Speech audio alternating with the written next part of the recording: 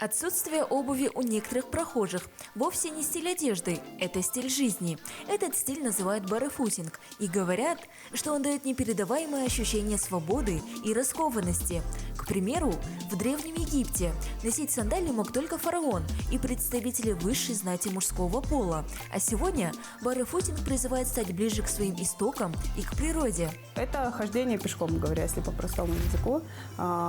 Практика относительно давно появилась.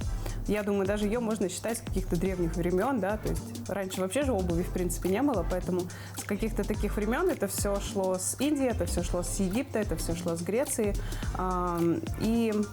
В наше время это сейчас тоже становится так довольно-таки популярно. То есть люди начали чаще ходить босиком. Сами сторонники барефутинга считают, что это укрепляет иммунитет, улучшает настроение и даже может отодвинуть возрастные изменения. С помощью такой методики якобы можно достичь гармонии тела, ума и души.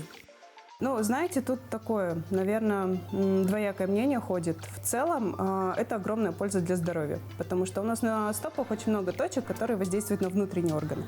И ходя босиком, мы на них воздействуем. Соответственно, это укрепляет иммунитет, это полезно для здоровья. Но есть такой момент, что в плане гигиены и можно пораниться просто. Поэтому, вот такие двоякие мнения ходят по этому поводу. Как о пользе, так и о вреде такой практики. Хоть и у нас это особо не развито, но представители босоногих здесь все-таки встречаются, однако их очень мало.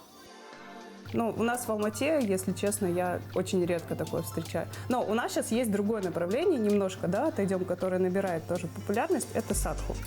Это практика гвоздистояния, да. Я думаю, они очень близко друг к другу расположены, что хождение босиком, что именно вот такая практика. Практика гвоздистояния – это работа больше с психологией, с подсознанием человека. А если говорить про хождение босиком, то это больше просто оздоровление.